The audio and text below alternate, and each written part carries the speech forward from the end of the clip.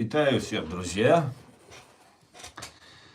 Сегодня 1 марта 2026 года, 18 часов 30 минут по Берлину, 20 часов 30 минут по городу Джохару. Друзья, я вас всех сердечно приветствую.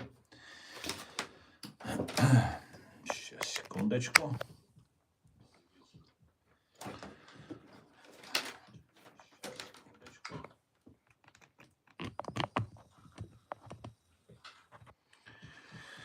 Сегодняшний свой стрим я назвал «Срочно конец режима в Иране. США наносят решающий удар. Трамп дал зеленый свет». Об этом и многом другом давайте поговорим сегодня. Стрим, как обычно, идет у нас на канале YouTube Reality и на канале в TikTok Аслан Арцуев. Всем тем, кто находится во временно оккупированной Чеченской Республике Ичкерия, либо в фашистской России, пожалуйста, заботьтесь о вашей безопасности и не пишите комментарии и не распространяйте ссылку на наш стрим. Это для вас небезопасно. Смотреть пока вроде бы безопасно. Приветствую тебя. Так, друзья, что еще, как обычно? Ну, давайте перейдем к основной теме нашего стрима. Вам расскажу основные события, которые сейчас происходят там.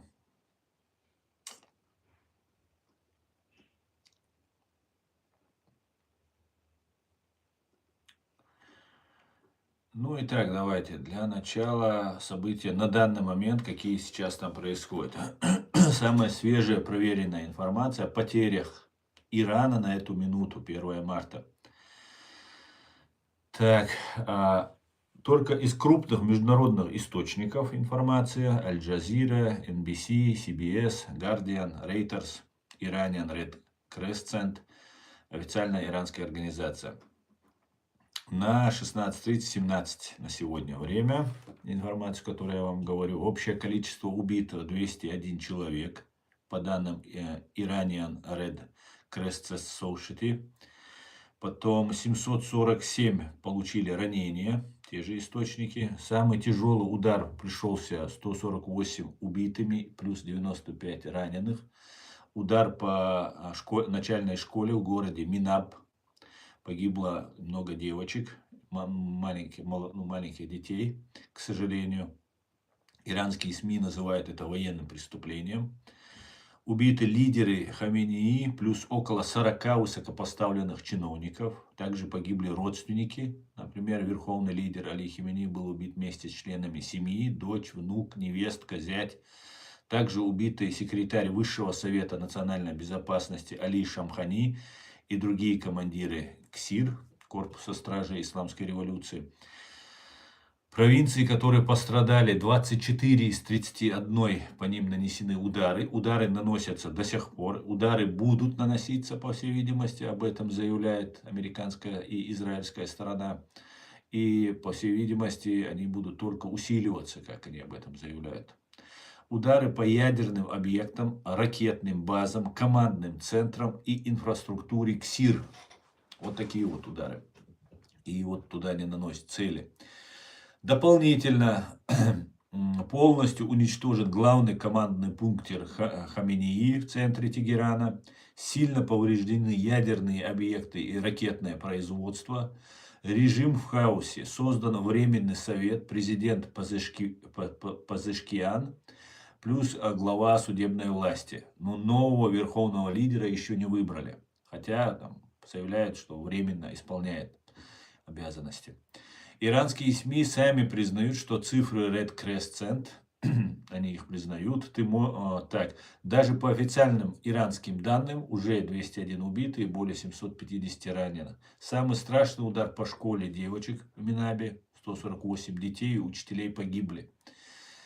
Выражаю соболезнования всем гражданским, всем невинным пострадавшим, либо погибшим, родственникам погибших. Выражаю свое искреннее соболезнование. Режим Аятол потерял своего лидера и десятки генералов.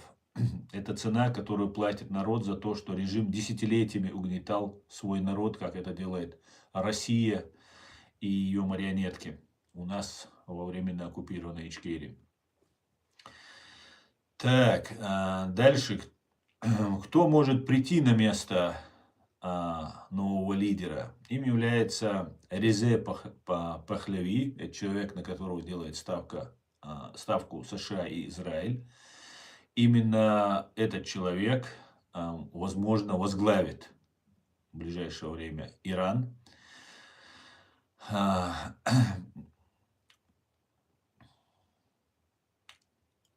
Режим Хаменеи был 46 лет, почти 47 лет, и он пришел на место, свергнув отца нынешнего шаха, который Резе Пахлеви, его отца свергли, и на место его пришел Хаменеи, вот этот религиозный режим, который был. Нужно отметить, что свержение шаха тоже произошло не потому, что он был любимцем народа, а потому что в нищем Иране он устраивал очень роскошные вечеринки, тратил огромные деньги, то есть разорял бюджет, и люди были этим недовольны. Это накапливалось, и это вылилось вот в то, что вылилось. И под религиозным соусом исламисты пришли к власти. Резе Пахлеви, единственный законный наследник престола Ирана, старший сын последнего шаха Мухаммеда Резе Пехлеви и императрицы Фарах Пехлеви, родился 31 октября 1960 года в Тегеране. В 7 лет в 1967 году на коронации отца официально провозглашен наследным принцем. Сегодня ему 65 лет, живет в изгнании в США, штат Мэриленд, недалеко от Вашингтона. Ну, там жена, дети и так далее. В 17 лет в 1978 году уехал в США на обучение в ВВС. Стал самым молодым пилотом-истребителем в истории ВВС Ирана. Прошел полную программу подготовки летчиков ВВС США. Окончил университет в Соушем, Калифорния, Соусерн. Степень бакалавра по политологии. Свободно говорит на персидском, английском и французском языках. В январе 1979 года, когда ему было 18 лет, в Иране произошла исламская революция. Отец был свергнут, семья бежала. Реза так и не вернулся на родину, уже 47 лет в изгнании. Главный голос, он является главным голосом иранской оппозиции в изгнании. Не хочет возвращать монархию, а предлагает демократический переход, новая конституция, свободные выборы под международным контролем, светское государство, права человека. Основал National Council of Iran и другие организации, поддерживал все крупные протесты в Иране в 2009 году, зеленое движение, в 2019, 2022, женщина, жизнь, свобода после смерти Махсы Амини. Постоянно встречается с политиками США, Израиля и Европы. В вопросах последних лет, даже ноября 2025 года, самый популярный оппозиционный политик, около 30-35% иранцев внутри страны поддерживают его как переходную фигуру. Что он говорит прямо сейчас? Сразу после ударов США и Израиля 28 февраля Реза Пахлеви опубликовал несколько мощных заявлений. Назвал удары Трампа гуманитарной интервенцией и помощью, которую обещал президент США. Сказал, это не война против Ирана, а против режима, его репрессивного аппарата и машины убийств. Призвал иранцев оставаться в укрытиях. Когда удары закончатся, выходите на улицы и завершайте работу сами. Мы, народ Ирана, должны сами закончить эту финальную битву. После смерти Хаменеи 1 марта, смерть Хаменеи – это фактически конец Исламской Республики. Она отправляется в мусорную корзину истории. Это начало великого национального праздника, говорит Пахлеви. А к силовикам режима: сдавайтесь народу Ирана. Ваша присяга защищать Иран, а не этот режим террора. Вот такая вот ситуация. Трамп и Нетаньяху открыто называют его переходной фигурой. Он уже готовит план на первые 6 месяцев после падения режима, переходное правительство, новая конституция, свободный выбор. Говорит, я не претендую на трон, я хочу быть рядом с народом, чтобы вместе построить новый Иран. Реза Пахлеви – это не просто сын Шаха, а реальный лидер, которого поддерживает Америка прямо сейчас. Вот такая вот ситуация, друзья, по поводу Резы Пахлеви. И хорошо, что человек не собирается строить новую монархию, а собирается строить демократию в Иране, что очень нужно очень-очень самим иранцам. Итак,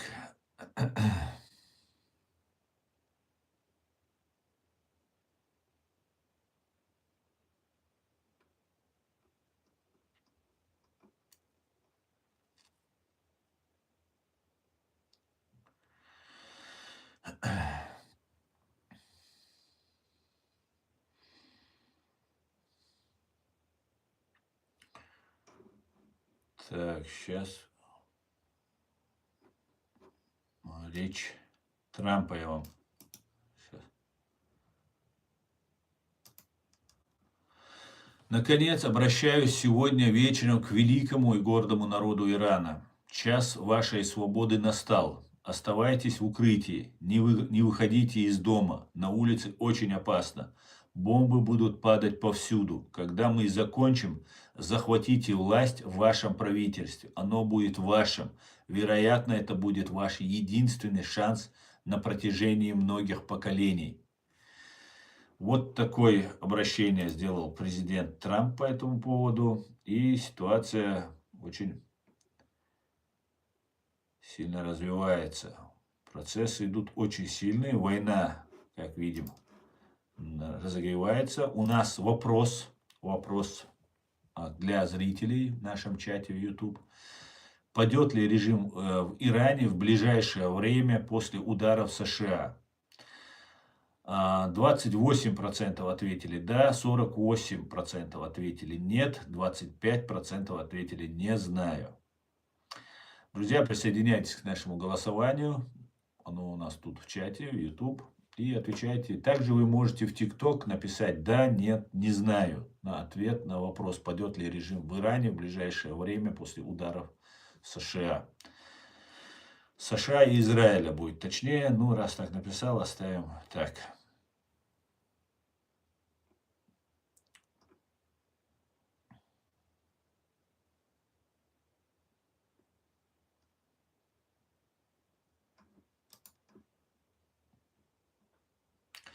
Иран правильно делает, что бьет по арабским странам, они себя ведут как двуличные.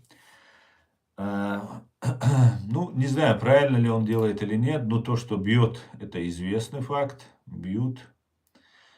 Есть уже погибшие американцы есть, несколько человек погибли, и ситуация развивается. Я думаю, на мой взгляд, сейчас, ну, конечно, угадать невозможно, как все будет развиваться, потому что Иран – это очень мощная древняя страна с очень такими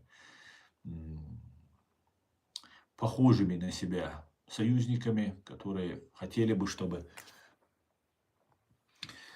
Иран как можно дольше сопротивлялся. А я хотел бы, чтобы Иран быстрее переформатировался в демократическую республику. Поэтому я от себя лично, от нашей правозащитной ассоциации иранцев, людей, которые понимают русский язык, хотел бы обратиться и призвать бы, ребята, люди, у вас древнейшая история, вы очень мощная цивилизация, несколько тысяч лет ираноязычным, персидским цивилизации, культуре. И война идет за то, чтобы режим, который фактически стал марионеткой уже в руках России, Китая, хотя с натяжкой можно назвать его марионеткой, но сам режим, который пришел к власти, уже почти полвека находился у власти, он все время угрожал Соединенным Штатам и Израилю. Просто право существования, право, просто Израиля не должно быть в их понимании, вот у этих людей. И поэтому есть очень сильно заинтересованные лица, которые не хотели бы, чтобы их снова сжигали в печах, травили в газовых камерах. И Соединенные Штаты, которые ведут борьбу против диктатуры по всему миру, да, не так идеально, как нам хотелось бы, но для этого мы должны присоединиться к Соединенным Штатам, помогать, поддерживать их. И вот таким вот образом исправлять где-то, если они неправы, где-то, на наш взгляд, если неправы, Америка или, скажем так, я считаю, что Америка и Соединенные Штаты Америки построены на божественных законах. Я считаю, что они делают очень правильное дело в этом мире. Это сторона добра, сторона света. И, конечно же, там разные бывают ситуации. У меня много претензий бывает в отношении чеченского вопроса, не только от американцев, но и всего мира, ну и американцев тоже. Но сама система, которая построена американской нацией, американским народом, она справедлива, она честна изначально. И есть очень много здоровых, таких, скажем, светлых, про божественных сил, я не побоюсь этого слова. И сейчас у Ирана реально есть возможность воспользоваться, у иранского народа, воспользоваться этим случаем и постараться установить у себя демократию, народовластие, свободу, завоевать свободу. В противном случае еще 50 лет, то есть еще пару поколений, им придется находиться вот в этом тяжелейшем состоянии. Не знаю, какой путь выберут люди люди Ирана, но я знаю, что у них есть уникальный шанс сбросить этот режим. Так получилось, что этот режим угрожает сверхдержаве Соединенным Штатам и Израилю, и, конечно же, угнетает свой народ. И сейчас есть уникальная возможность попробовать свергнуть этот режим. Мне здесь пишут, монархию, шах есть же. Нет, вот именно меня не устраивало то, что это именно монарх, но этот человек заявляет о том, что он будет устанавливать демократию. То есть он не будет становиться королем, царем и так далее. Это было единственное, что меня смущало. А так, конечно же, решать иранскому народу. Моя задача поддержать иранский народ, ну и, конечно же, Соединенные Штаты и Израиль, которые борются с тиранией и диктатурой. Нужно обратить внимание, что Израиль – это единственное демократическое государство, хотя к нему тоже у меня есть вопросы, к Израилю есть некоторым их решениям в отношении чеченского вопроса. Но при всем при этом нужно понимать, что это государство, эта страна, этот народ развивается по демократическим принципам и борется за свое выживание и существование, как это делают уже много столетий чеченцы. Поэтому мы должны со всех сторон, я был против начала этой войны, не то чтобы против, да, у меня двоякое было состояние, потому что народ должен бороться, народ должен получить свободу, Израиль и США должны получить безопасность. Поэтому сейчас, раз уже все уже случилось, все уже началось, это в принципе было очевидно уже давно, было понятно, что эта война случится. И будем надеяться, просто, что эта война, она не станет на десятилетия, не растянется, если там игроки вроде России, там каких-нибудь там других их союзников Ирана не начнут их подпитывать оружием, там, идеологией и так далее. Хотя иранский вот этот исламистский режим, это и есть абсолютное зло. Это зло вот под именно вот своим религиозным соусом они представляли зло для чеченцев прямо, их разные фетвы, там разные вот эти вещи, они сотрудничают очень тесно, не знаю как сейчас, но сотрудничали с духовным управлением мусульман России, то есть ФСБ России, и они навязывали свои формы видение, свое мировоззрение по отношению к Западу, к Америке, на чеченцев. Наша страна, если бы была свободна, и я был бы уверен, что чеченцев не будут использовать в этой начавшейся войне, я бы с первых дней не сомневался бы ни в чем. Но наш народ оккупирован, к большому сожалению. Наши люди находятся в заложниках, их насильно отправляют на войну против Украины. И я полагаю, что будут еще отправлять на войну против союзников США и Израиля, скорее всего, против Армении и Азербайджана. Ни Армения, ни Азербайджан нам не являются врагами, и мы должны понимать, чеченцы, что эта война, которая сейчас развязывается, к этой войне Россия готовилась, об этом Жириновский неоднократно говорил, что война в Иране будет, потому что это была проблема для Соединенных Штатов, Иран, и угроза была для США со стороны Израиля, со стороны Ирана. И русские готовились. И я вам расскажу, как они готовились к этой войне. После того, как они оккупировали нашу страну, убили около 250 тысяч наших граждан, то есть 25% от числа наших граждан, Россия начала строить у нас мечети. Нам начали навязывать, смотрите, Россия объявляет о том, что ислам зло, мусульмане зло, чеченцы, соответственно, тоже зло. Нужно их всех уничтожать. И одновременно строят мечети вместе с Турцией. У меня возникает вопрос. Турция тоже финансировала, помогала на этой почве. Разведкой мы же занимались. Но первое, конечно же, это русские хотели нам настроить мечети. Они настроили мечети по всей просто республике. Огромное количество, целые дворцы понастроили. Людям жрать нечего, есть нечего, за газ, за свет заплатить нечего. Они нам мечети строят, мечети и спортзалы. Ни одного завода не построили, ни одного университета не построили. Короче, ничего не построили. Чеченский язык вымирает. Ничего у нас нет в производстве, но есть мечети и спортзалы. Это говорит о том, что из нас делают гладиаторов, из нас пытаются сделать людей, которые физически крепкие, а ум заменяется пропагандой из отдела ФСБ, который каждая мечеть во временно оккупированной Ичкерии является на сегодняшний день. Отдел ФСБ и мулла, который там преподает, это агент ФСБ, либо действующий офицер ФСБ, либо их марионетка. И вот нас таким вот образом использовали. И у меня возник вопрос, а для чего Россия, которая люто ненавидит чеченцев, все, что связано с чеченцами, их религию, их культуру, их быт, их язык, пытается уничтожить это все и создает мечети? Для чего она это делает? Неужели нужно создавать такие большие мечети, или если нужно, чтобы успокоились чеченцы, там особо не бунтовали, что их религию трогают, их культуру трогают.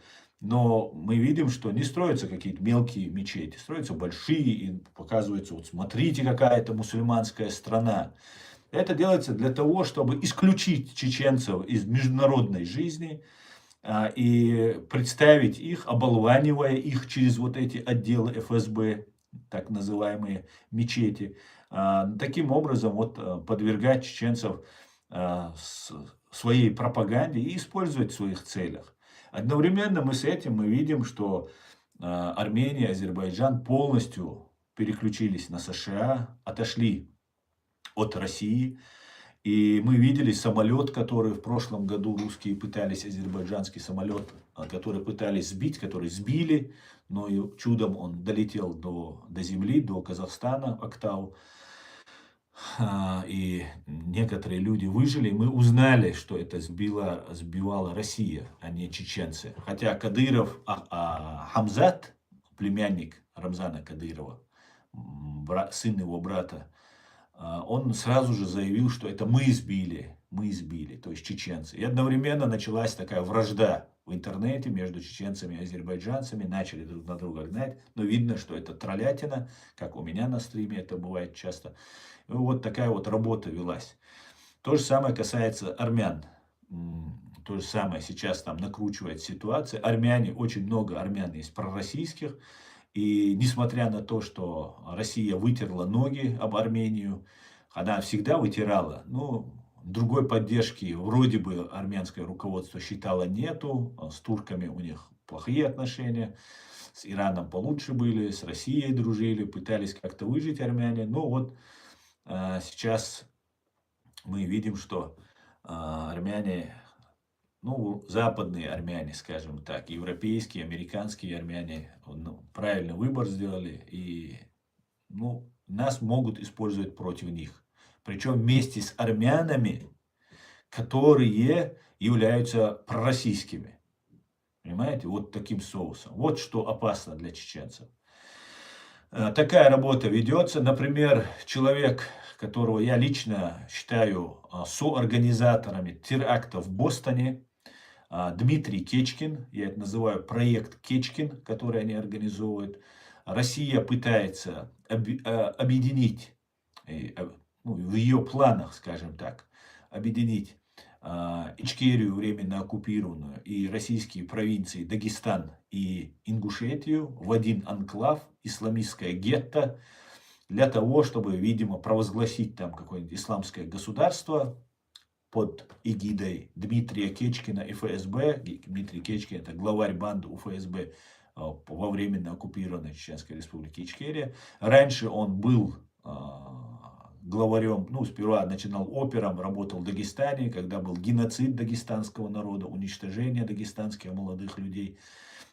Затем его на год перевели в Ингушетию, и сейчас он находится в Ичкерии, временно оккупированной, там возглавляет эту свою банду. И это говорит о том, что именно этот Дмитрий Кечкин, который причастен к теракту в Бостоне, он будет враг Америки, как уже проверенный враг, на нем есть кровь американцев, значит, он будет бороться против Америки.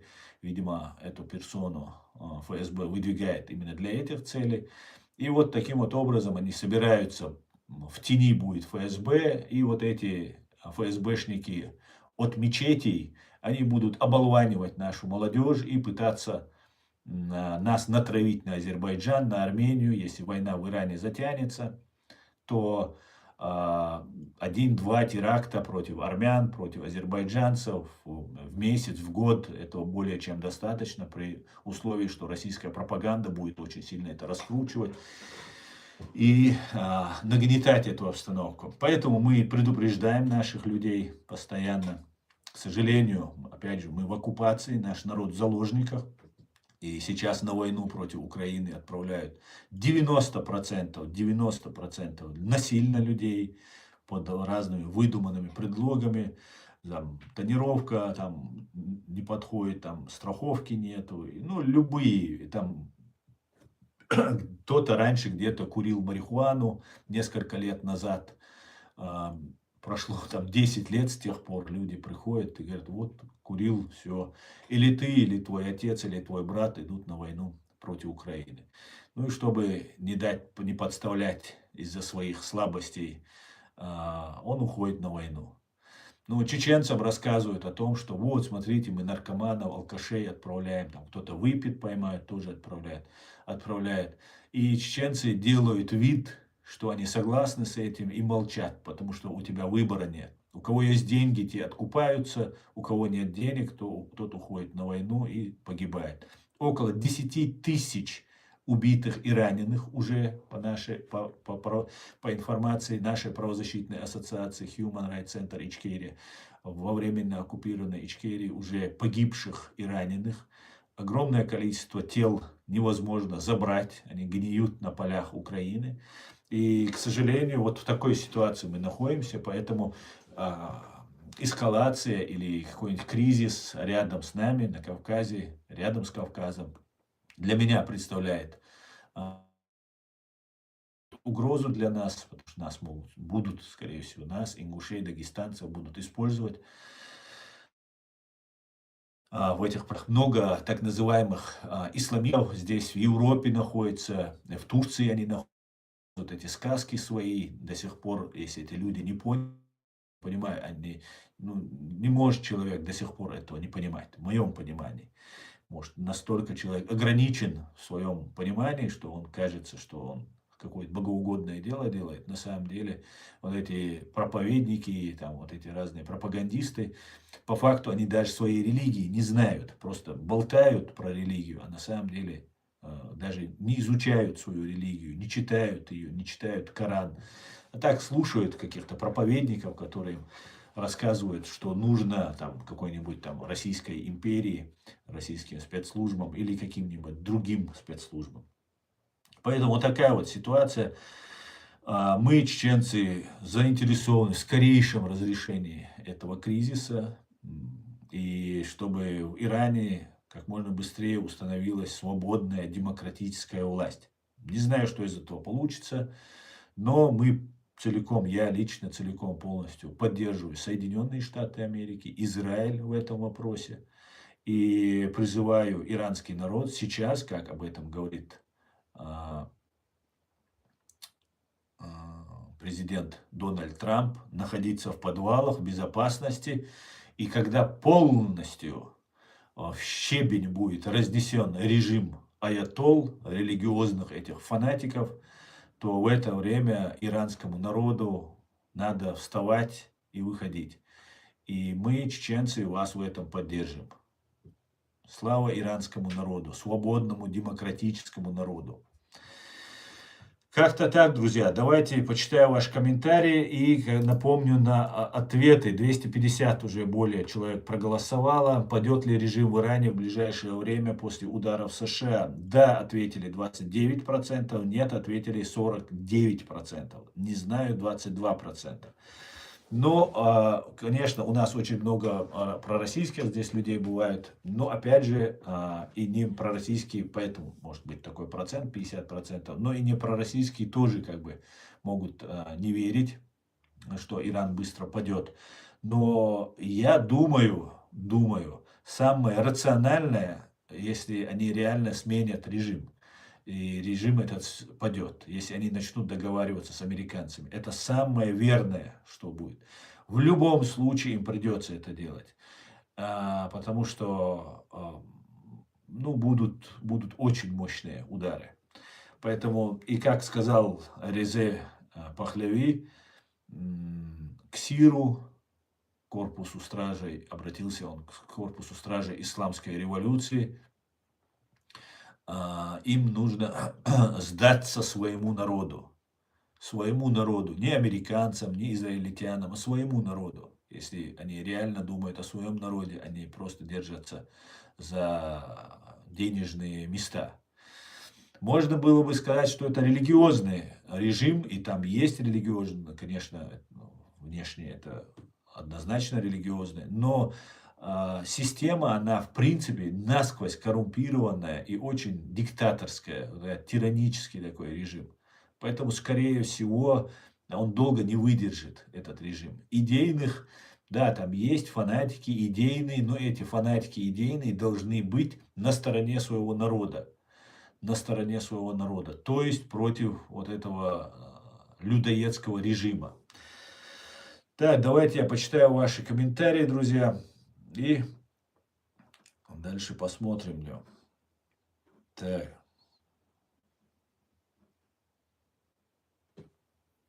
Иран должен вернуться шах.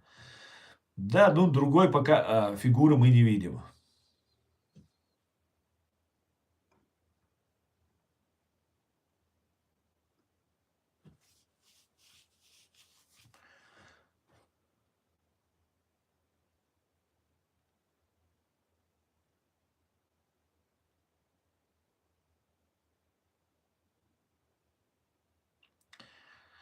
Иранцы, которые сбежали от режима из Ирана по понятным причинам, все топят за США и Израиль. Молодцы, говорит.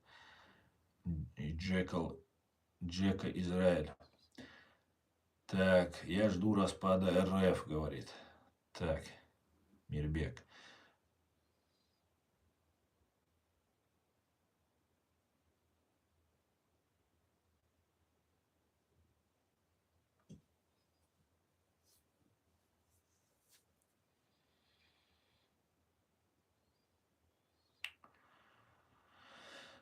Почему у вас недоступен канал? Релакс Кингус. Потому что мой канал давно запрещен на территории фашистской России, в отличие от разных там хороших имперцев, которые здесь там Фейкины, Мейкины, все разные, кто там Дуди, Муди и так далее. У них миллионные подписчики, каналы, и их на России не запрещают. Мой же канал с 30 тогда тысячами уже был запрещен, и с тех пор вот он еле-еле развивается, несмотря на то, что нас пытаются везде забанить, везде запретить и так далее. Я сам объявлен иноагентом, не понимаю почему, я абсолютно независимый человек. Понятно, почему террористом и экстремистами объявлен и моя организация, потому что я чеченец. Но я не понимаю, почему меня иноагентом. Я ни у кого не беру денег, но вот меня так объявляют, да, фашисты. Хотят заклеймить меня каким-то врагом, предателем и так далее. Нет, это моя точка зрения, я абсолютно независимый человек. И меня запрещают. И по моему каналу я определяю по отношению к своему каналу и к себе, знаю, что я независимый человек. И когда какие там Фейкины, Мейкины, там, Дуди, Муди, вся вот эта хорошие имперцы, когда их не запрещают, я понимаю, что они делают одно дело. Они заодно. Вот такая вот ситуация. Поэтому подписывайтесь на мой канал, будьте осторожны и распространяйте правду. Правда опаснее для ФСБ, чем даже пули. Под пули они народ посылают, а правда бьет по ним.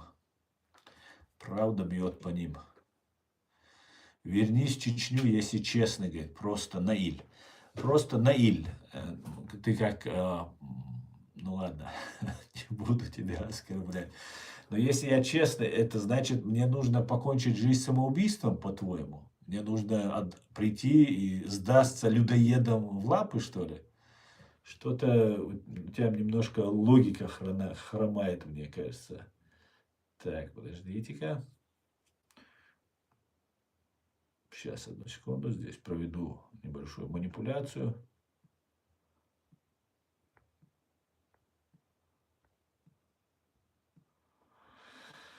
Сейчас, одну секунду.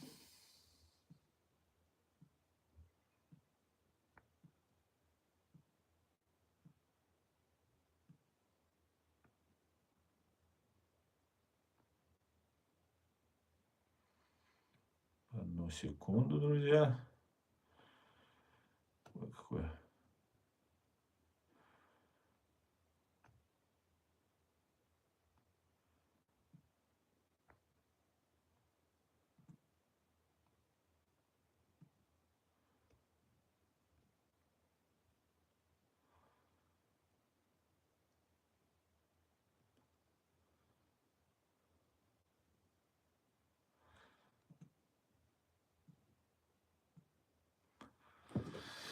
Так.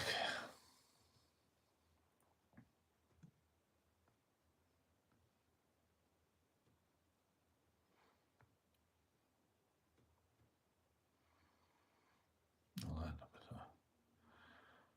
что-то я не смог разобраться с этим всем. Ну да ладно. Так, давайте дальше.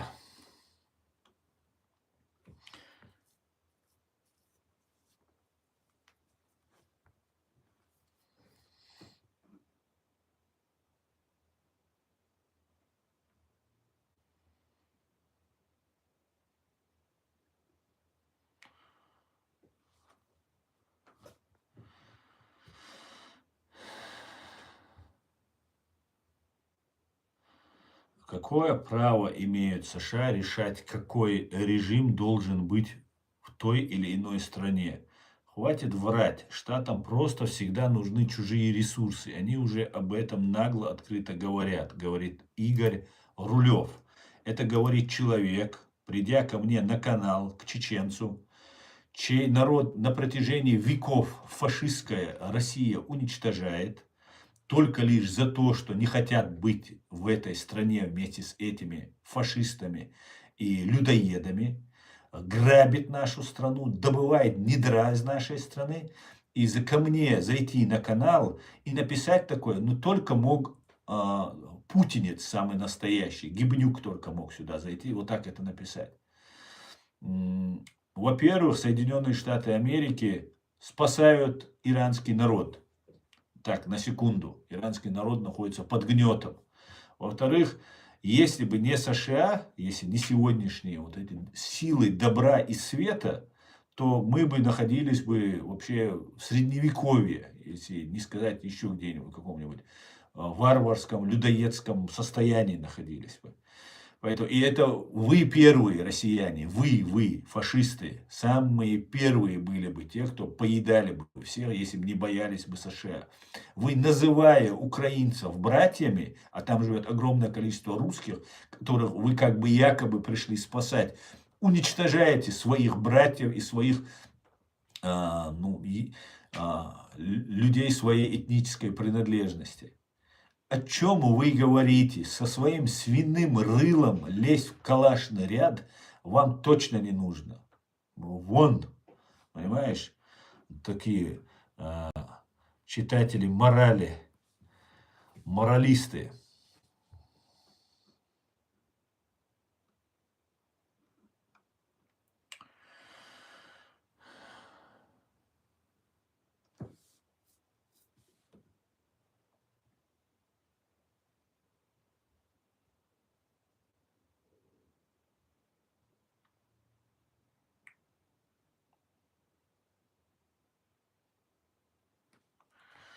Не хотят иранцы шаха, он трусливо бежал, оставил Иран. Ну, смотри, во-первых, иранцы, я не знаю, искусственный интеллект говорит о том, что где-то 35%, треть хотят, чтобы шах вернулся. Но с другой стороны, я, например, не видел, чтобы, не знаю, чтобы шах бежал. Бежал его отец 50 лет назад, 47 лет назад. Поэтому в этом смысле ему как особо винить его нельзя. Ему было 18 лет тогда. Но с другой стороны, я не оправдываю его отца, и я не оправдываю монархию. Я против монархии. Не должно быть монархии на земле. Люди равны.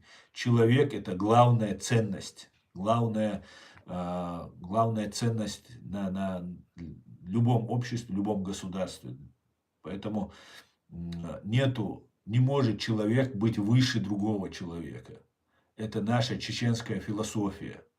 И это не американская, не чья-либо другая. Это наша исконно, глубинно, генетически, наша уверенность и убежденность в этом. Мы так воспитываемся, чеченцы.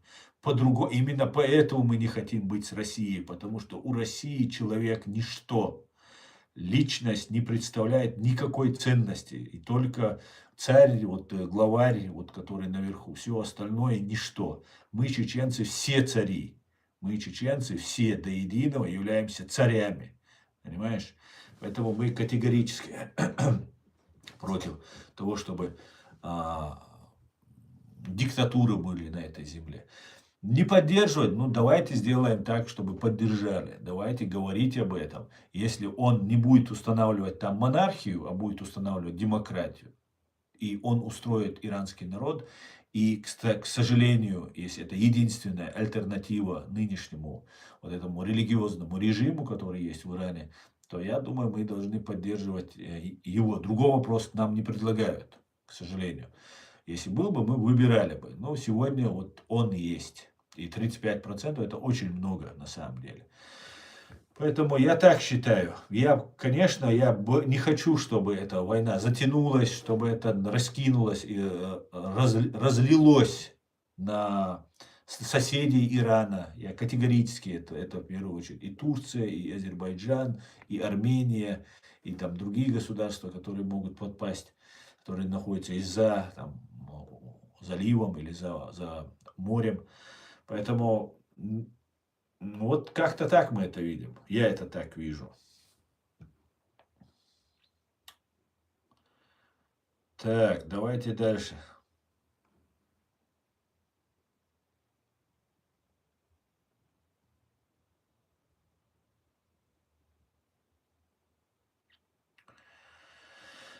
Если бы не США и Германия, то русские жили бы в землянках и до сих пор ходили бы в финских лаптях. говорит Асланбек Тутаев.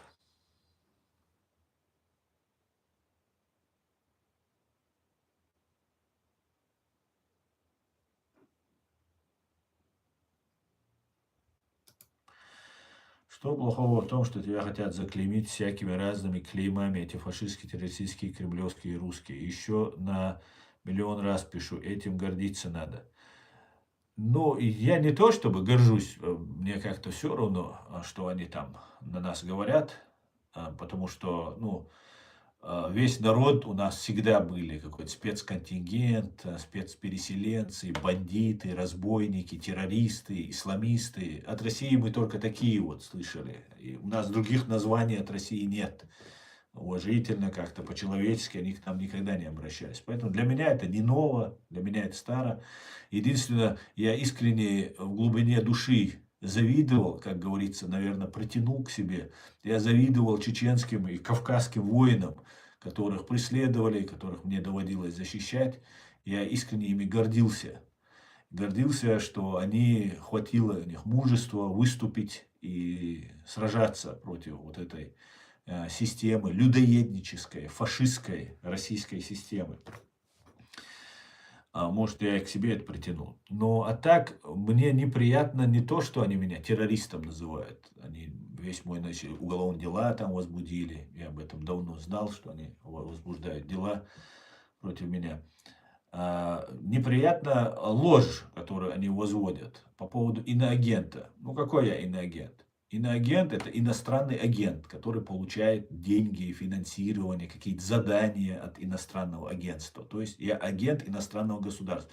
Но если меня считать гражданином Ичкерии, как я изначально предположил, то да, я тогда для них иноагент. Ну, какое тогда я отношение к ним имею, к этой фашистской русне? Никакого. Мне российский паспорт дали в 96-м году, по-моему, 96-й или 7-й год это был, когда они порвали мою зачетную книжку, студенческий билет, мой паспорт старый советского образца, который, и все бросили в ментовке в урну, а меня самого избили в этом милицейском отделении в Санкт-Петербурге на Пионерской. Тарасенко Александр Александрович звали начальника уголовного розыска и его заместитель. Ну и, конечно, весь отдел меня там, они по очереди избивали.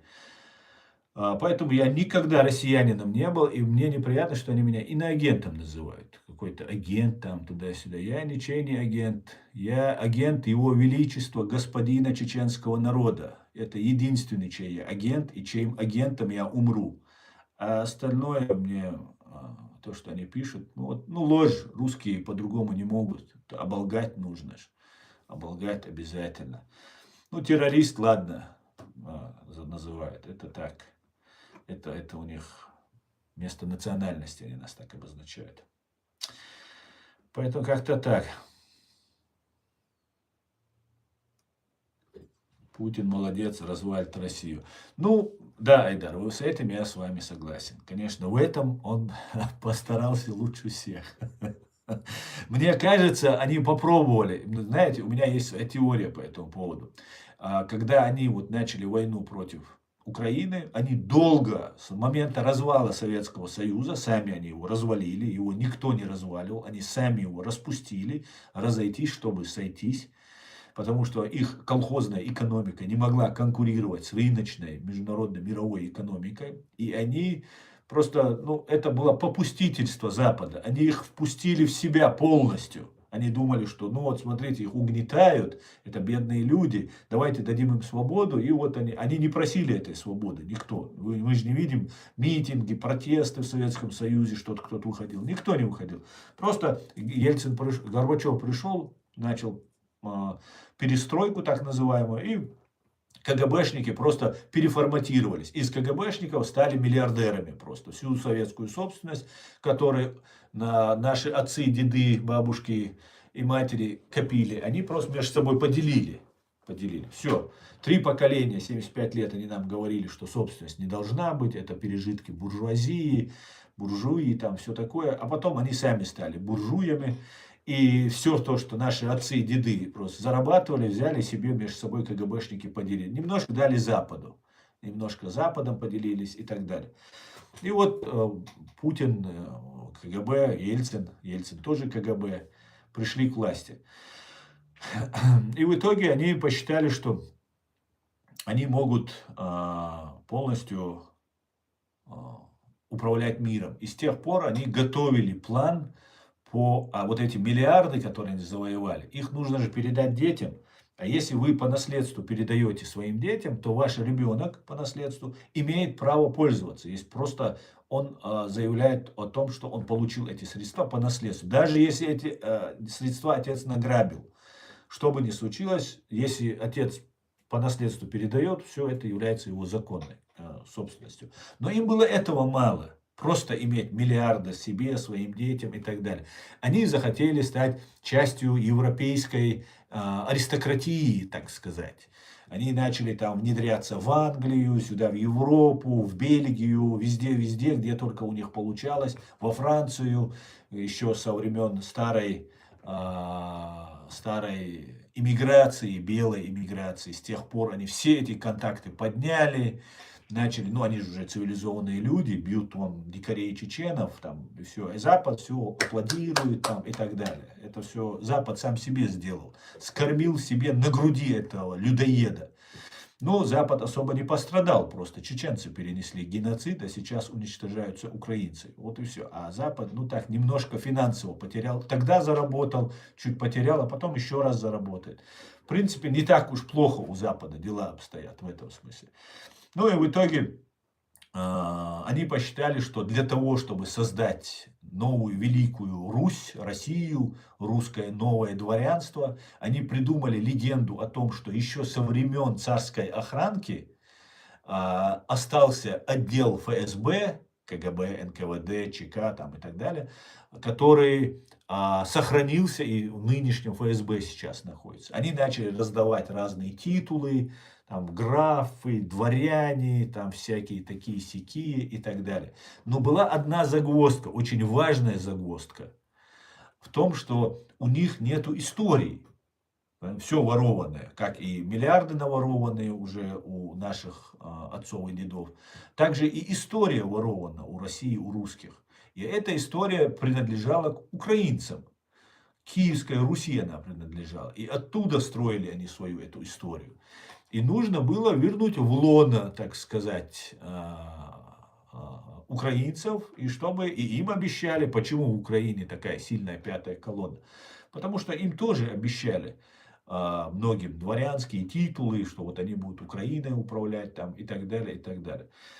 Но украинцы с этим не согласны, и на Западе знали эти планы, и тоже не согласны тем, чтобы появилась какая-то новая империя, и которая управляла бы, имела ядерное оружие, и управляла бы огромной страной. И, конечно, бы она угрожала бы Европе. Абсолютно 100% она сейчас угрожает, не имея фактически физически никаких возможностей.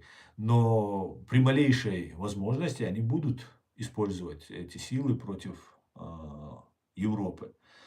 И вот они ввязались в эту войну. И вот тут их поймали за пятачок. Поросенка, кабана схватили за пятачок. И пятачок, и кабан начал визжать. И визжать начал, орать начал на весь мир. Поэтому то, что вот они делают, они делают для того, чтобы теперь выкрутиться из этой ситуации, вырваться из этой ситуации. И, возможно, их спасают. Вот что мне не нравится. Да? Вот за что я критикую Запад, за что я критикую Европу.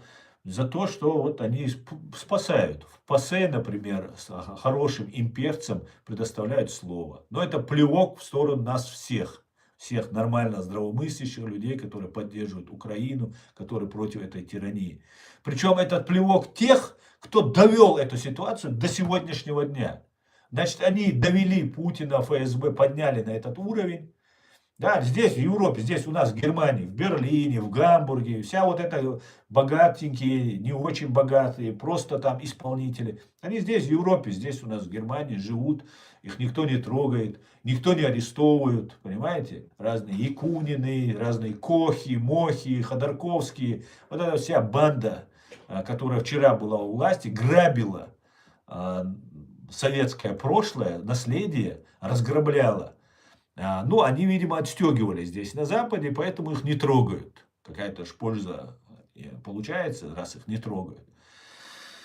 Но нас это как бы не успокаивает. Мы пострадали. Мы все, не только чеченцы, больше всех чеченцы пострадали. Но пострадали и другие все, кого разграбили, у кого ничего не оставили. Довели самих русских, россиян до нищеты, а потом начали войну против Украины, и теперь дают им миллион, 5 миллионов, то есть 50 тысяч долларов дают там, 100 тысяч долларов дают. Ну, представьте себе, вас разграбили на миллионы, вам дают 50 тысяч и на верную смерть. Просто стопроцентную смерть. Вы уже оттуда не вернетесь. Вам не дадут оттуда вернуться. Вы дальше будете воевать, вы дальше будете в этом во всем участвовать. Вот так вот Россия себя ведет. Мы это понимаем, осознаем, доносим до людей и будем наносить информацию, чтобы люди тоже понимали. Потому что мы, чеченцы, очень древний народ, древнейший народ. Мы очень глубоко и конкретно понимаем ситуацию. Мы видим ситуацию сверху. И многим мы объясняем, и, знаете, объясняется, доходит до людей. К счастью.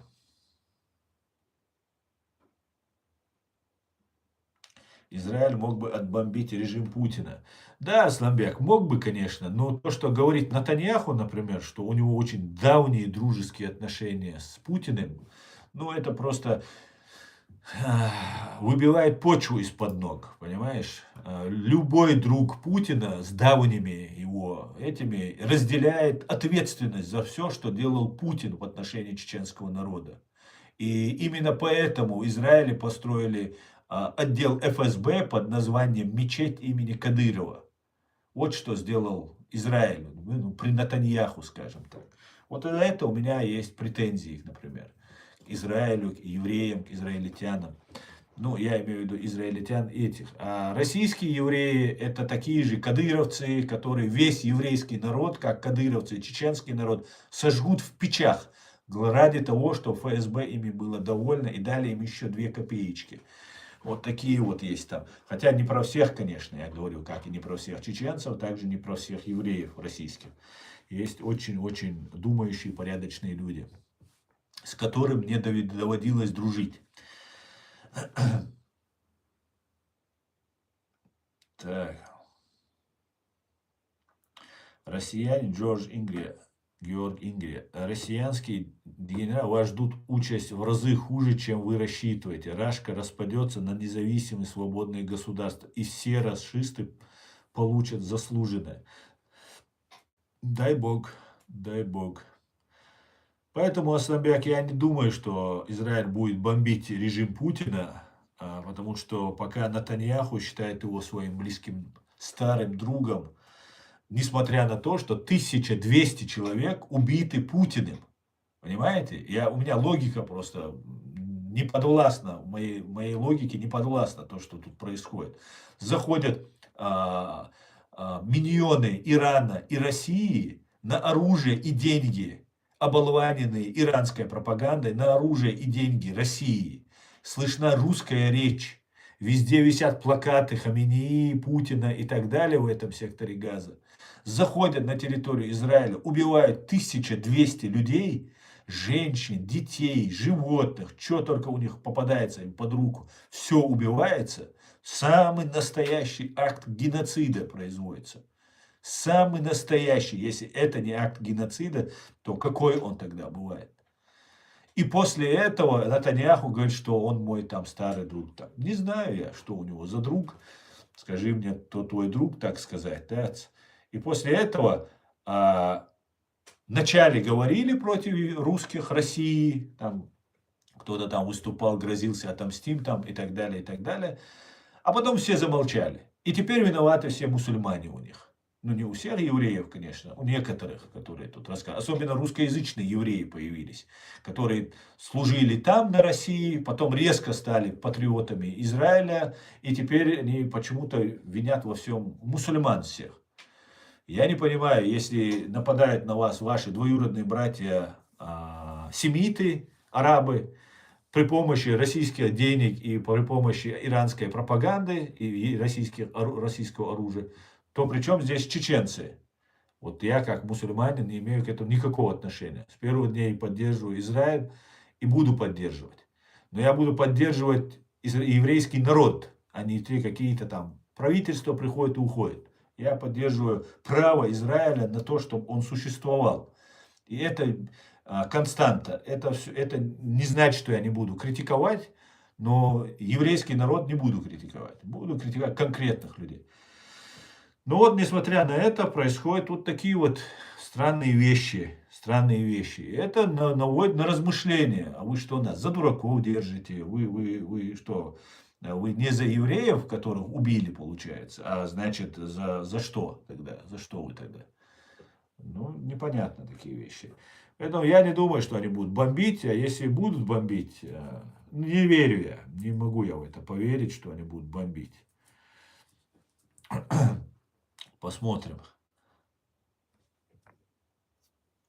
Ты сам и есть еврей. Нет, я чистокровнейший, так если можно сказать, чеченец. У меня нет в истории моего рода никого, кто был бы не чеченец. Не то, что еврей, а вообще не чеченец любой другой национальности. Ну, просто не знаю мы такого. Понимаешь? А я знаю свою историю там 500 лет, могу тебе перечислить. Понимаешь? 500 лет. Ну, может, чуть поменьше. Но знаю, что нету никого.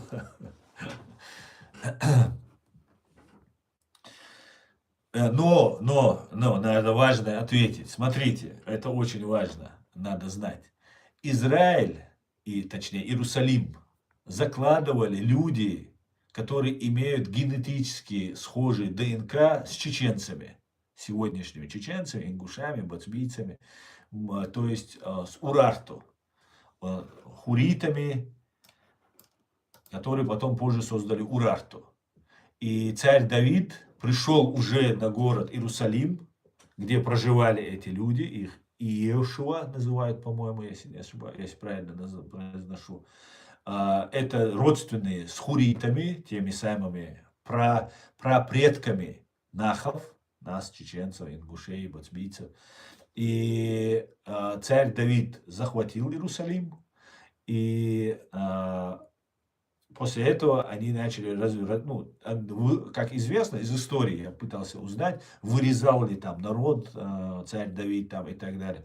Кровавых каких-то резни не было. Видимо, два войска сошлись, царя Давида и вот этих прачеченцев, там, правойнахов, сошлись, царь Давид победил, зашли, и после этого это население, которое говорило на сегодняшнем, мы говорим на чеченском языке, вот население Иерусалима, когда туда пришел царь Давид, говорило на том же языке, который сегодня похож на наш язык, на именно чеченский, ингушский языки. И они не вырезали там население, и фактически это семитские, как говорят источники, сегодняшние евреи, это семитские и нахские такой субстракт, который образовался уже на месте Иерусалима. Поэтому можно сказать, что отчасти, да, мы родственники с евреями. Получается, это несколько тысяч лет назад, 2-3 тысячи лет назад, 3 тысячи лет назад все эти события происходят. Но по факту, наверное, об этом потерянном колене Израиля, об этом, наверное, как раз евреи говорят, имея в виду нас, чеченцев и ингушей, и бацбийцев, ну, то есть войнахов. Наверное, об этом идет речь. Евреи лучше знают, их историки, там, я 100% уверен, там есть у них все и по записям, много чего. Хотя их тоже очень много раз и разбивали, после этого Иерусалим захватывали мусульмане, потом захватывали римляне, потом захватывали мусульмане, потом опять римляне. Ну, короче, все это процессы могли уничтожиться. Но в отличие, наверное, от русских имперцев, фашистов, наверное, я надеюсь, не были такими вандалами, такими людоедами. Поэтому я надеюсь, история сохранилась у Израиля, у евреев. И если бы евреи захотели бы, они бы нам открыли бы эту историю.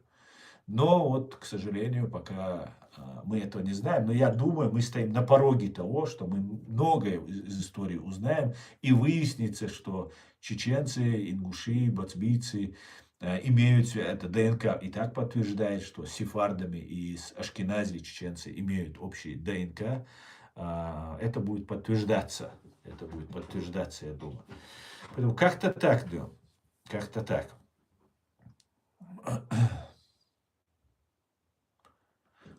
Шумеры, хуриты жили там. Да, совершенно верно, Самбек.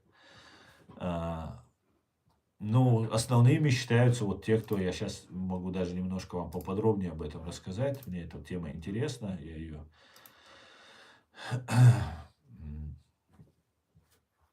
Кстати говоря, Иерусалим был практически без особых боев захвачен.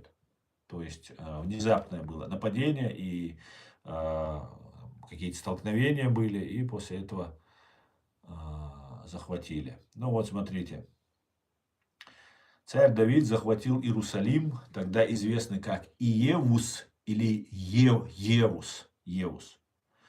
Около 1010-х годов до нашей эры. То есть 3000 лет назад все эти события приблизительно происходят. Скорее всего, после того, как стал царем над всем Израилем. Это произошло примерно через 7 лет и 6 месяцев после его помазания царем над Иудой в Хевроне. Согласно библейским источникам, это был ключевой момент в объединении израильских племен под его властью. До этого Давид правил Иудой из Хеврона. После смерти царя Саула и его сыновей в битве с филистимлянами на горе Гилвы. Саул погиб, а его сын Ишбаал и Йосфей ненадолго стал царем над северными племенами Израиля, но был убит.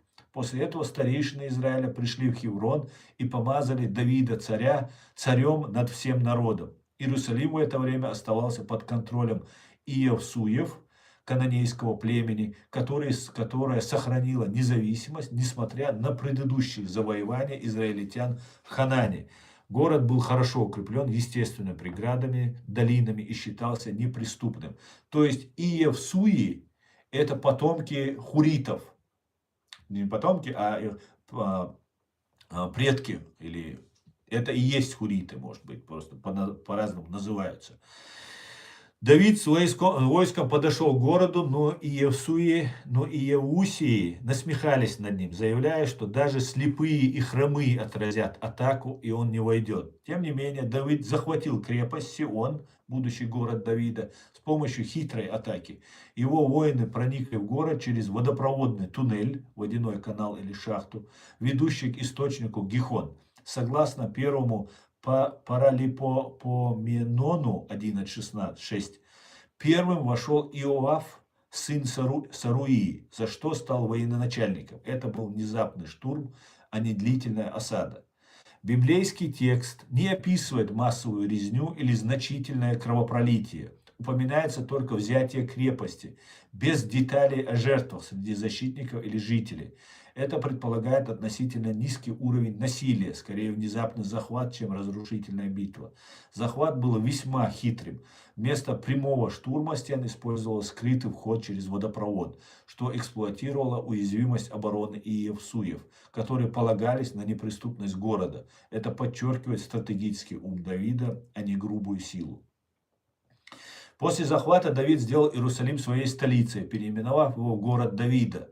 Он укрепил город, построил вокруг него стены от Мило, террасы, и внутрь, и поселился в крепости. Царь Хирам Тирский прислал кедровое дерево, плотников и каменщиков для строительства дворца Давида. Вскоре Давид перенес в город ковчег Завета, сделав Иерусалим не только политическим, но и религиозным центром. Это также помогло объединить северные и южные племена. В тот же году Давид отразил атаки филистимлян в долине Рифаим, нанеся им поражение. Археологические данные подтверждают местоположение древнего Иевуса, то есть Иерусалима. Его восточная часть Иерусалима, город Давида, включает датировку углеродом 14, но детали захвата остаются в основном библейскими, без прямых внебиблейских подтверждений. Вот такие вот дела, друзья. Вот такие вот интересные дела открывает нам искусственный интеллект, новая эра, и мы вот узнаем новые вещи по этому поводу.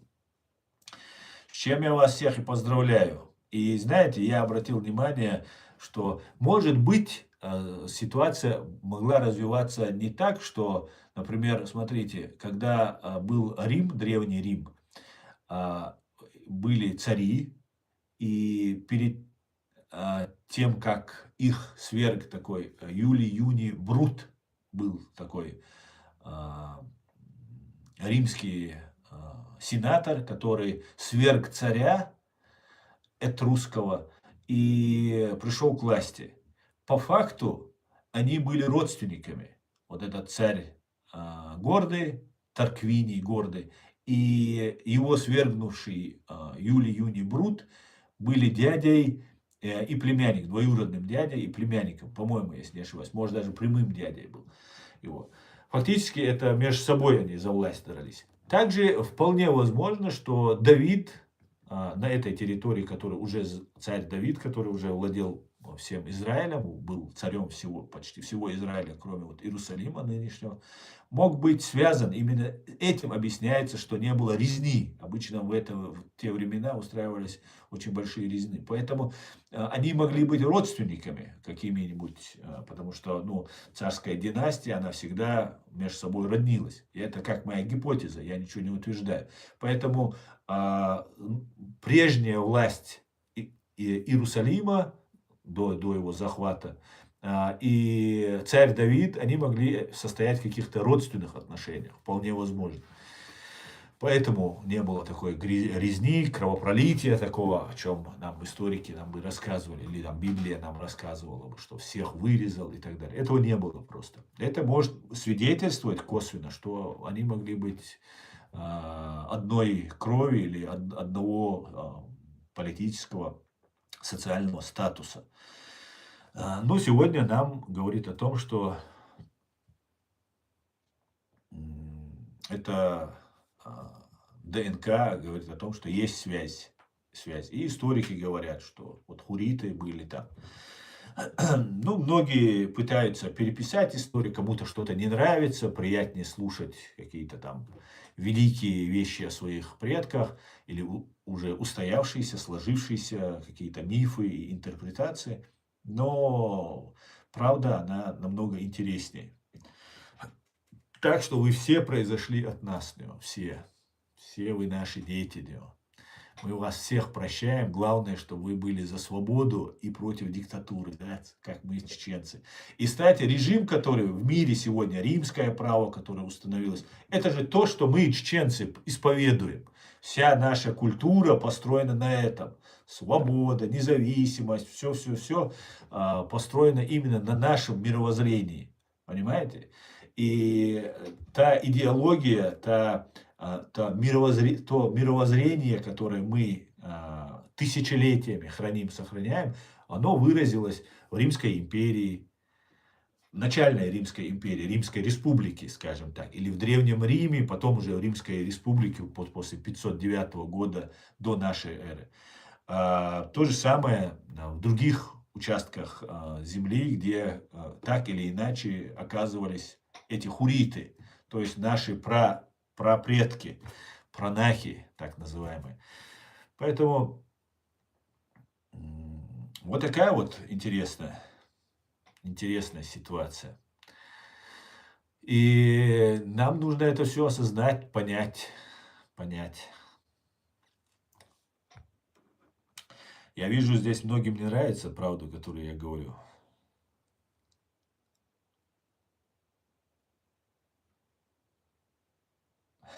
Как очень обижаются, смотрите. Ах вы, бедные мои, бедные. Бедные мои, бедные.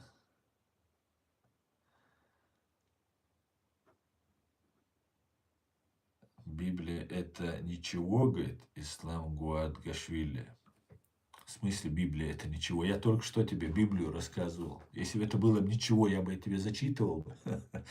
Библия это ценный исторический документ, не только священная книга для христиан.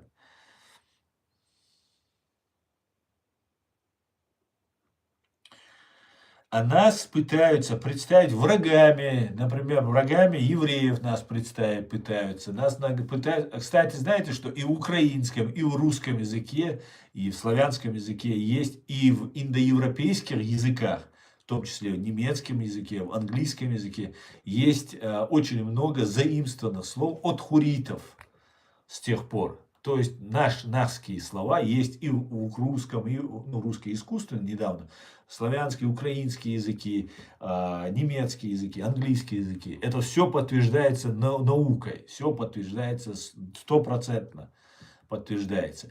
Может, где-то пересекались, где-то каким-то образом. А так вся цивилизация, она не то, что она нами построена, нет, не чеченцами она построена римлянами, она построена англосаксами, она немцами, всеми большими великими народами построена. Но сама суть, сами принципы, на каких они строятся, это наши принципы. То есть наши, они не чеченские, в смысле, вот мы их придумали и внедрили. Я считаю, что это божественные принципы. А мы, чеченцы, являемся хранителями этих принципов. То есть римского права, которое сегодня есть, это те принципы, которые мы чеченцы, внутри себя, в своем обществе, сохраняем и передаем по наследству. И многое-многое другое в этом смысле. Понимаете? И нам, чеченцам, которые являются, скажем так, древнейшим народом и хранителями этих всех ценностей, нам нужно подтвердить, то есть влиться в это современное международное право, современные международные принципы, которые несет США, Великобритания, Германия, Израиль, все великие государства, которые есть, появляются и еще величественнее становятся. Нам нужно просто принять, не убрать эту пропаганду, которую нам навязывают, разобраться в своей истории и принять без вот этой шелухи, которую навязывают, что основа-то у нас одна.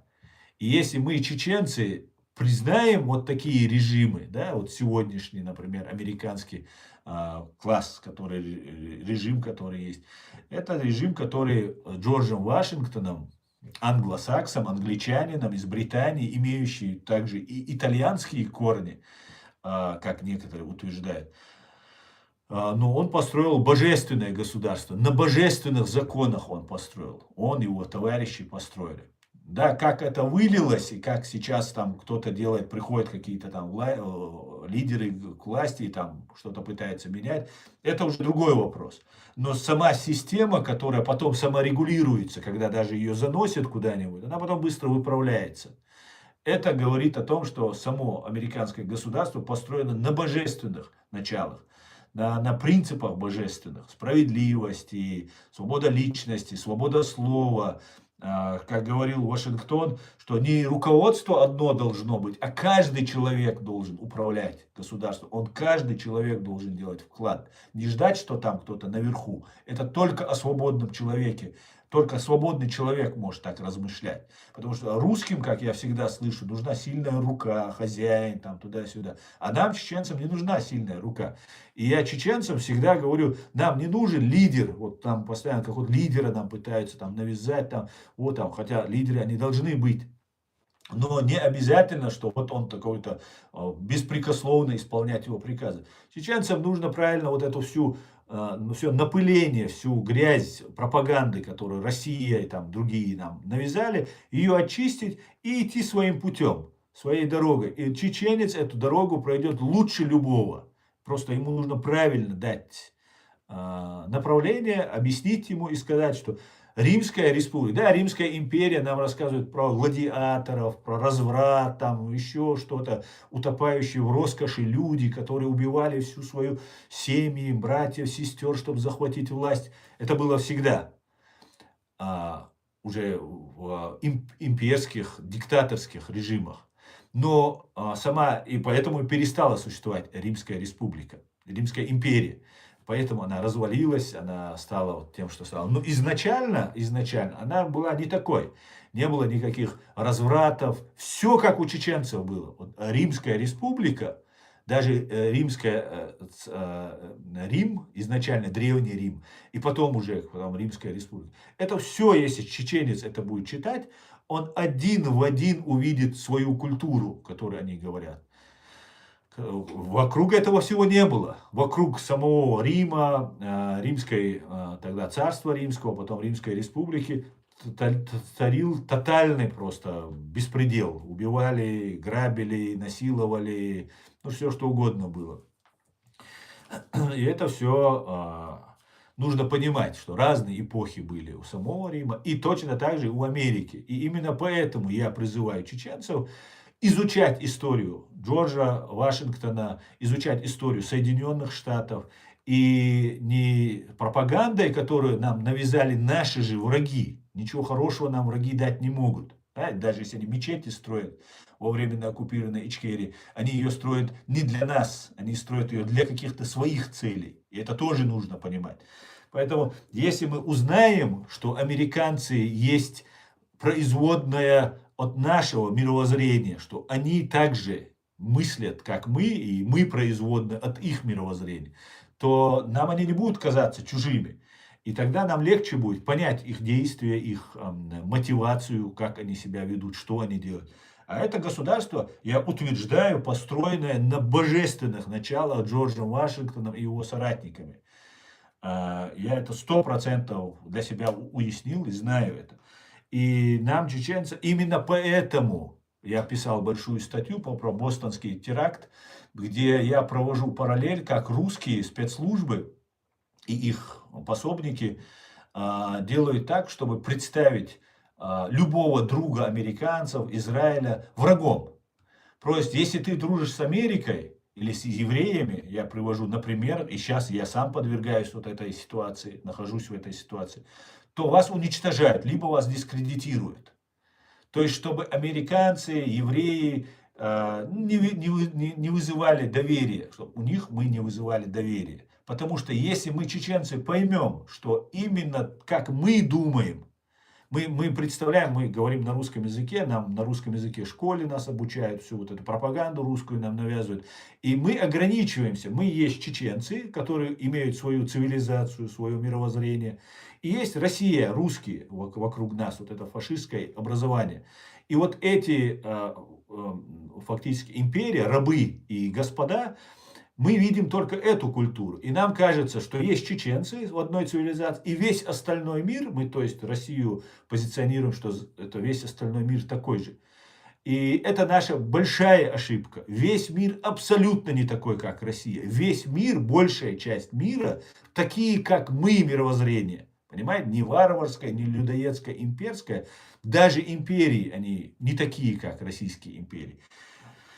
Поэтому, если чеченцам это объяснить, донести до чеченцев вот эту позицию, дать понять это, не считать, чтобы они не боялись, не считали это какой-то враждебной для себя средой, западную цивилизацию, и чеченцы вольются в эту западную цивилизацию, они очень много принесут и себе, и этим цивилизациям также. Вот моя задача это пытаться объяснить. Их задача сделать так, чтобы то, что я говорю, было не принято, то на Западе не было принято, чтобы чеченцами это не было принято, потому что это для них страшный кошмар, страшный сон. Представьте себе, если чеченцы, а у нас есть общие корни, опять с евреями, с англосаксами, имеется в виду культурно-идеологически, с тем же Древним Римом, те же этрусы имеют связи, например, генетические связи, этрусы это сегодняшние тосканцы, часть. Все это условно все. Речь идет о 3000 лет тому назад. Чтобы чеченцам было понятно, 1000 лет назад это наших 40 отцов. То есть 40 отцов вперед, 1000 лет. То есть, если мы берем 2500 лет назад, например, если брать конец Урарту, да, 509 или 509 это империя, начало Римской республики, а 580-е, 550-е годы взять, ну, считайте, 2500 лет назад, и чтобы было чеченцу понятно, мы именно так мерим, у нас своя мера времени, мы мерим по отцам. Это где-то получается 100 отцов вперед чеченцы. Вот тогда было вот Урарту. вот это государство. До этого еще отцов, наверное, 500 лет, наверное, это где-то. Получается, если 1 век это 4 отца, грубо говоря, по 25 лет на колено, если брать, то 500 лет, это, соответственно, получается еще там 20, получается, ну сколько, 120 отцов тому назад было вот образование вот и самой древнего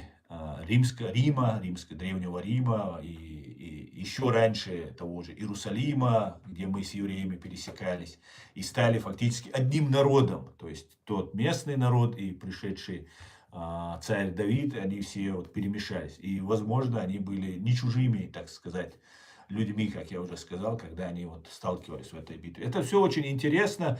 Мне нужно объяснить чеченцам. Я думаю, многие чеченцы, молодежь, которая здесь в Европе, которая говорит на всех языках, читает, смотрит, она понимает. Со старшими немножко проблема, потому что мы пребываем в пропаганде, очень мощной пропаганде. Но я вас уверяю, и чеченцев, и все остальные, что нам Запад идеологически очень близок. Да, религиозно мы отличаемся. Они христианами не сразу стали, и то и христианство разбито на много разных течений. Поэтому в этом смысле и мы были чеченцы христиане, не все, но я убежден, что еще с приходом Иисуса, мир ему, Иисуса Христа, который говорил на арамейском языке. На арамейском он говорил на том самом языке, где, например, в том же Урарту проживали арамейцы, и после того, как иранские племена захватили Урарту, тогда была иммиграция определенная, которые эмигрировали в Галилею. И через где-то 500-600 лет после этого в Галилее родился человек по имени Иисус, который говорил на арамейском языке. И, возможно, вот та связь, которая идет вот этими веками от Урарту до, например, той же Галилеи, могла быть прослежена и там. Но в любом случае и Иисус, и Моисей, и Мухаммед, и что говорят чеченцы, это все основы божественных начал, божественных принципов, и нам это очень понятно, скажем так. Чеченцы поймут, о чем я говорю. Просто нужно немножко изучить свою историю, друзья. Изучить и посмотреть внимательно. Так, друзья, давайте вернемся к нашему голосованию. Проголосовало 656, уже 7 человек. 25% считают, что режим падет в ближайшее время после ударов США. Нет, говорят 52%. Не знаю, ответили 24%, друзья. Ну что ж, будем наблюдать, дело. Будем наблюдать. Так, Dream Team. Я обязательно передам привет твоей маме, когда я ее увижу. Обязательно передам привет. Я ее очень хорошо знаю. Ты тут так рьяно мне писал столько маток, оскорблений, комментариев. Я не знаю, видимо, тебя очень задело то, что я говорю. А значит, я говорю правильно. Да? Ну и передаю привет. Когда я маму твою увижу в следующий раз, я ей передам для тебя подарок. Может, братика и сестру тебе сделаем. Вы никакое отношение к Урарту не имеете. Сказочники, говорит Йети. Хватит нагло, да, как наглые обезьяны, все присваивать себе фальсификаты. Вы до сих пор не определили, вы кто? Урарту, армяне, аланы, хазары. Йети. Ну, сходи, пожалуйста, за русским кораблем. Хорошо? С армянами у нас, кстати, такая же ситуация, как и с евреями. Тоже есть общий ДНК, очень много. Армяне пришли в Урарту, когда Урарту уже, не Урарт формировалась, но сформировали Урарт, организовывали, создавали Урарту, не армяне. Хуриты создавали. Хуриты. Армяне были и земледельцами, и в армии служили в этом хуритском царстве. Но хозяевами там были хуриты, хозяева, основоположники. Властью там были хуриты. После того, как хуритская Урарт упала, тогда, да, потом армяне стали там главными. Америка и Израиль сражаются против исламского мира. Но с определенной степени ты не прав, в определенной степени. Дело в том, что Америка и Израиль, Америка в первую очередь, сражаются против диктатуры. Потому что такая роль у Америки, божественная роль бороться с несправедливостью. И в отношении Израиля была такая же несправедливость. И поэтому, так получилось. Хотя американцы делали все, чтобы их не поддерживать вначале, но божественное предначертание заставило их это сделать. И я надеюсь, что и чеченцев тоже заставит, и Израиль, и Америку тоже поддерживать, в конце концов, если они хотят остаться на божественных началах, на которых были их предки. И за те ошибки, которые они допустили, оставив нас этим людоедом один на один. Я вообще считаю, знаете, что для царства вот этой фашистской России это сатана, самые настоящие последователи, их религия, сатанистская религия, никакого православия, христианства там нет как такового.